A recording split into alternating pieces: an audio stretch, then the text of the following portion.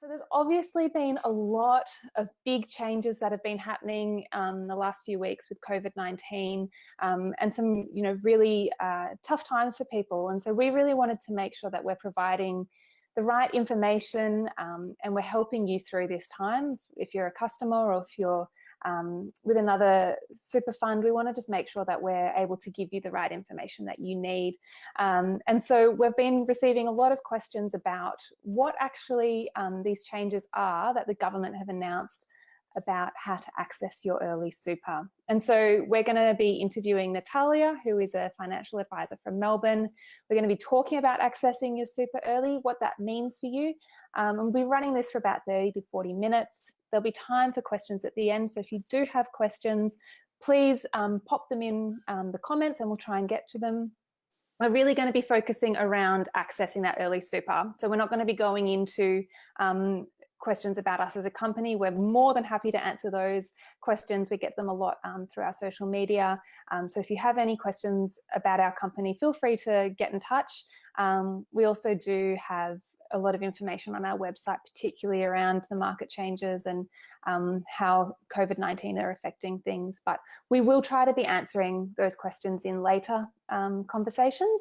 So please stay tuned. Let's get started and dive in and sort of chat about what all of this means. And we're really lucky to have Natalia with us. Natalia is, as I said earlier, she's, thank you for being with us, Natalia, as a financial advisor based in Melbourne, and her focus is really around helping women secure a financial future, which is wonderful, such a great purpose. And before we get started, I just want to let everyone know that this is general information. So this doesn't take into account your individual investment objectives or your financial situation or needs. And before acting on anything that we talk about, please consider if it's appropriate for your circumstances and read the product disclosure statements relevant to your product. So it's important to note. So thank you for being with us, Natalia. Thank you for having me. It's great. Yeah. It's my first experience too, so it's really exciting. Yeah, wonderful. Both figuring it out together. So this access to early super, what does it mean for people? What it means is that people now can access their super early before their retirement. And it is mainly just to support them through this very difficult time. Some of us might not be able to actually pay bills or put food on the table. So this measure has been put in place just to allow us to actually withdraw money out of our superannuation accounts and ensure that we've got money to pay for the, our bills or mortgage repayments, all of those things, just really the necessity. For the people who do need to access it, what circumstances do they need to be presenting with? I mean, previously there was a lot of hardship, things that you needed to meet. Are those things still in place, or what does it mean? How do people access their super? That's right. So those are still in place, and this is additional. This is really a measure to provide additional $20,000. That's the maximum people can take out of their superannuation. And it is actually administered by the ATO. So instead of going to the superannuation fund, you just go to the online, to MyGov website, and you lodge your application online. But there are some eligibility criteria. And I think, Bethany, you mentioned that you would probably post them on your website just to make sure that people can have a look at all of the criteria. But the main one is obviously being unemployed. If you've lost your job from the 1st of January 2020, or if you're self-employed and your revenue, your turnover dropped by more than 20%, or if your working hours, you're an employee and your working hours have been reduced by 20%, you can also apply as well. So it's all just about, the eligibility, looking at those criteria and choosing which one is, the right one for you, and then applying with online. And when people are applying online, do they have to attach any evidence of losing their jobs, or how does that look for them? No, my understanding is that they don't. Keep in mind that this is very new and is going to be released on the 20th of April. So that's when people can actually go online and apply. At this point in time, my understanding is that there is no evidence to be provided. Yeah. And can people when they're wanting to find out if they can access it, who should they be speaking to? Is it their super fund? Is it the ATO? How do people go about accessing? Well, the first point of contact is definitely the ATO. So they are the administrator for this release of super, and we just need to apply online, go through all the different steps, and then the ATO will provide that information to the superannuation fund. So I don't know if some of you might able to log in to my Gov account already and see your superannuation accounts. Usually you will have like a box, superannuation box, and you'll be able to see your actual superannuation fund, the name of the fund and account balance. So you'll be able to see obviously if this is the right information. And then when you apply online, you just choose the super fund you're going to transfer money from, and you choose your amount. And then the ATO will contact the super fund on your behalf and obviously ask them to release the funds to you.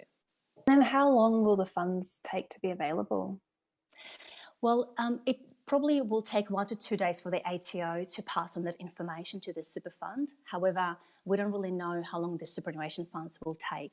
That could take a week, could take longer, but it's all about obviously trying to match the demand in the market, and nobody really knows how many people will participate in this scheme.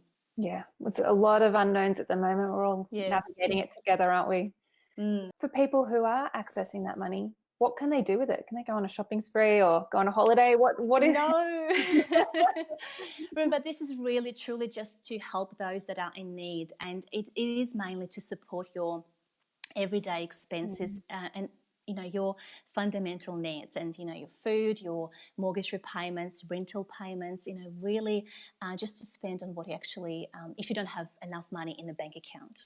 Yeah, because it really is still falling into that hardship claim. Absolutely. Absolutely. Yeah. If there's more than one person in a household who's wanting to access this super, can they all do that, or is it just one person per household? Absolutely. So again, following the eligibility criteria, if they're unemployed or all of those other criteria, and it's an adult, and they can definitely apply. Yeah, great. And so it really is based on that individual need. Yeah, that's great. For people who are wanting to access more than, so say someone only wants to access 8,000 in April, and then in June they want another 2,000 to meet that 10,000. Can they do that, or is it just a once-off? Absolutely. Access? So there are two payments that they will be able to access, and so the first one is from the 20th of April until the 30th of June. That's the first payment, and it is up to $10,000. So you can nominate 1, 2, 3, 4, 5,000, but up to 10, and it is only once. So once you've made your nomination, you can't actually change it. So it's only once up until the 30th of June. And then you are able to make your second installment from the 1st of July until the 24th of September. And again, your threshold is $10,000, and that's the maximum you can take out. So for people who might not think that they have a lot of money in their super fund anyway and just want to take this as an opportunity to access it, does it really matter if someone only has a few $1,000s in their fund and they jump in and access it now? Yeah, well, remember that obviously money that you take out today, what it means, you'll have less money for your retirement, because superannuation is for your eventual retirement, and it depends how long you've got as well. It's all about obviously keeping in mind the long-term time frame. If you take it out today and it's $20,000, obviously you'll have no ability then in the future to use money, and the $20,000 will grow, but you can't take it out in the future because you've already taken it out. So it's all about obviously understanding that your superannuation, it is for your eventual retirement, for your lifestyle when you are 65 or older. Yeah, so really considering how much is $20,000 going to be in 30 years' time, or that's right, with the compound interest, and money making. If you reinvest all of the earnings, obviously it compounds and it becomes a bigger amount of money. Yeah. So really considering what that longer term impact is going to be is really important, isn't it? Yeah. If someone does take out some money now, so they take out $10,000 and they want to pay that back when they're in a more of a secure financial position, can they do that, and how should they go about doing that? Well, there are obviously restrictions on how much you can put back into super, and currently you can make a contribution and your employer is already making that contribution on your behalf. So the 9.5% that your employer puts into super, that is obviously your concessional contribution. You can add to it, you can make another personal contribution and claim a tax on that contribution as well. But keep in mind that money goes in will be obviously taxed at 15% if it's a concessional contribution. You can also make a non-concessional, which is your contribution paid into super with no tax, but it is, again, there is a limit on how much you can contribute. So the rules are quite strict and you just got to be careful. Obviously, you know how much you're contributing and your threshold. We've had a lot of questions about people who have their super has been hit by the economic downturn that we're all experiencing, and asking, should they move their money from their current investment to cash or a defensive fund? Yeah, well, it is a very common question, and I get it a lot. Look, when we are currently in a state of uncertainty, everyone is very much in the same boat. We're all worried about what's going to happen tomorrow, in 6 months' time, and usually what happens, the share markets, they preempt a lot of those. For example, like a negative impact of the economy going down and so forth. So it's really when the share market goes down, that's when people start realizing that they've got less money in their superannuation accounts, and they think, oh, maybe I should move that amount into into cash, then it's safer. But what happens there, if they moving money into cash, they're crystallizing their losses. Obviously, then their account balances will stay at that level, and then it will take them much longer to recover their superannuation balances if they keep it all in cash, because obviously cash, as you know, really not paying much in interest. And also we don't know when the bottom is going to be, so when they start putting money back into the investments, they might not pick the right time and also buy at the top. So it's all about obviously mismatching and mistiming the market. It's really hard to predict. Therefore, the best course of action always is to keep it just holding it, and do not do anything with the investments. It's all about your time frame. So if you've got your investments or your superannuation for the next 20 years, for example, obviously you don't need to take money out of super. So you can tolerate the volatility because the share market goes up and down. And you know that at some point, obviously, your portfolio will achieve much better returns than what they're currently achieving. So it is a trade-off. Obviously, risk return, we can't really get too much return without taking on risk. So if we are to put everything in cash currently, our returns will be very small. Therefore, potentially we'll have less in our retirement savings in the future. But at the same time, if we take on too much risk, obviously, and currently what happened, obviously the share market has dropped significantly and everyone has been feeling it and everyone is worried about it. But knowing that if you keep everything in the portfolio without actually crystallizing your losses, without taking money and moving into cash, at some point the share markets will recover and your portfolio will recover and will continue going up. So it's just really understanding that this is what's going to happen. Obviously, we don't know when that is going to happen, but it is usually, if we look at the last 100 years of share markets, obviously, it is most likely that we will see recovery in the future. Yeah, great. Thank you for explaining that. I think there's a lot of people who have a lot of questions about that. Before people do access their super, what can they do before having to go down that road? Absolutely. Look, there are a few other measures that the government has introduced, and if somebody has a mortgage, for example, and they are falling behind, they might be able to contact their lender, their bank or their other institution, and really ask what options they've got. They might be able to put some of those repayments on hold, or really everyone is in the same boat, so we're all trying to help each other. So, and I think all the majors currently they've made some kind of announcements saying that they will help So that is one option that we can certainly contact if we do have those debt repayments, obligations. The other point is that, again, some other measures that the government currently introduced, the job seeker payment, job keeper payment, and we're not going to cover those today, but they are available to people to participate in. And again, maybe contacting the Social Security, the government sort of website, the Social Security website, and really trying to understand what they are eligible to receive in any support might be another good step first before accessing super. For people who are wanting to go down that road, is there someone they can speak to? How do they get advice on this? Absolutely. So I think the first point of contact is definitely the MyGov website. It is a great website. It will give you a lot of information about how to apply and what to do, and really good Q&As. And also the other good website to follow is moneysmart.gov.au.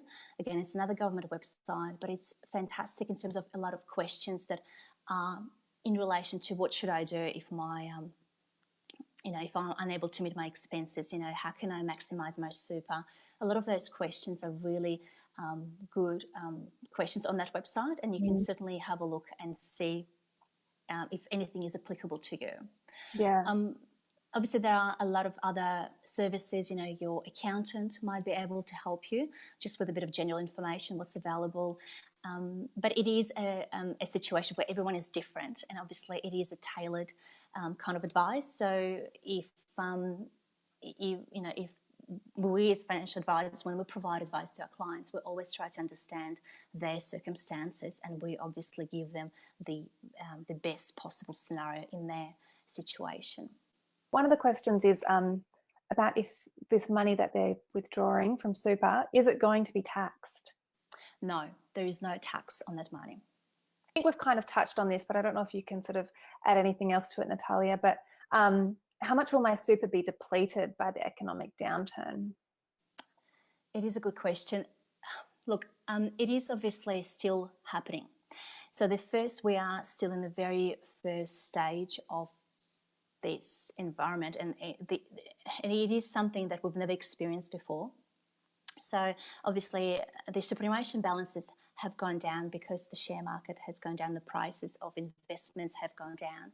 But the second stage obviously is all the impact that the economy is going to have on, or the businesses, the businesses obviously are closing down, and all of that is going to have an impact on the economy, and that is kind of your next stage. Nobody knows the obviously the impact of the coronavirus long term. However, it is obviously something that is still happening, still unfolding, but we are seeing good news. That's kind of what I'm just trying to say, is obviously it is going to go for a while, but at some point we will see improvement, and that's when obviously things will recover and continue to improve.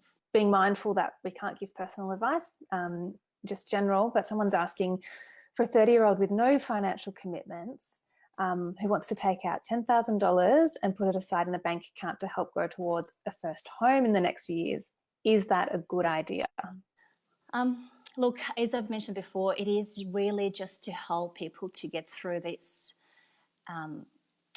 self-isolation and all of what we're currently going through. It is really just to help with the basic needs. Putting money in a bank account, it's a very different story. It is your money, it is your superannuation that you will need when you eventually retire. And the more money you've got now building up your super, the more money you'll have, and the better lifestyle you'll have in retirement. Or this might have come through a bit earlier, about when they can access their super. So that will be available, as Natalia's mentioned, on the 20th of April. That's right, yeah. So that's when you lodge the application on the MyGov website, and then it might take, actually, just one other point is make sure you've got your bank account details ready, because you will need to provide those bank account details to the ATO where you'd like your superannuation money to go to, and then the ATO will pass that information to your superannuation fund, and then it's really up to them to administer and to release the funds. And we've got another question. If you're over preservation age, but 5 years short of retiring, what are the limits of how much super you can withdraw within 12 months? Okay, well, this is more of a question in relation to the superannuation withdrawal rules, obviously. Look, it is, you still have that ability to withdraw money out of your super, obviously, and it is 10% if it's in a transition to retirement pension. But this is something completely different. This is everyone can access money, and obviously it is doesn't have any, in terms of, obviously you have to apply and you also have to be eligible, but it's nothing to do with the preservation age, yes. What are the ramifications of more short-term, more low-income people accessing money? What does that mean for the Australian economy? Well, I suppose it is obviously money that they currently have in their superannuation funds. It's not something additional that is going to be paid from the government. It's very different to other stimulus packages that that have been announced. So it is their superannuation money, but it is obviously going to be paid earlier to them, and people will be able to use those funds for their necessities, to survive and provide, put food on the table, and pay their mortgages. So I certainly think it's a great measure, but it is something that not to take lightly, because obviously it is really just for those that are really struggling. Someone else is asking, I'm an essential service worker, but I work very irregular hours. Would I be eligible for this? So it's a 20% rule, 20 or more. So if your hours have dropped by more than 20%, then yes, you will be able to apply. It'd be great if you could do an update on the 19th in case there's any developments I need to know before accessing my super on the 20th. Okay, we will keep that in mind, and we might not do a live, we might do we'll figure out how to do something to keep everyone up to date. Absolutely. Yeah, it is changing rapidly. It's so fast. Every week almost, or actually even faster, we've got a new announcement. Yes, yeah. Which is great. It's great that, we do have all of this help coming through, and it's fantastic. What if your super fund doesn't want to release it? Do they have that power? That's a good question. I don't think they will be able to not to release it. No, it's definitely going to be. It's. I think it's been passed through the legislation, so it's they don't have a choice, I think. Yeah. If your salary remains the same, but your income drops due to loss of rent, bonuses, etc., below the 20% threshold, can you apply? Well, this is a very good question. A little bit of a curveball to end on. Yes, it is. That's with the last one too.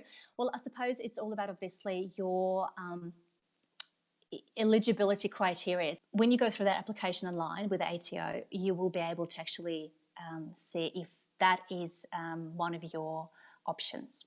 I'm sure there'll be plenty more questions that will come through. So if you do have questions, please let us know. We'll try to answer them. As I said at the start of this, we'll have a blog post off the back of this where you can access this information just to keep up to date.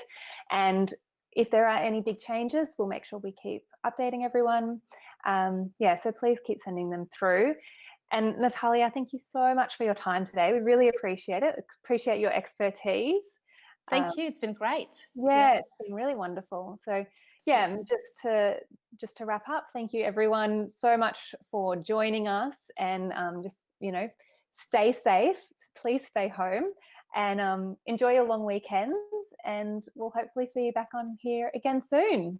Great. Have a good one. Thank you. Thanks, Thank you, everyone.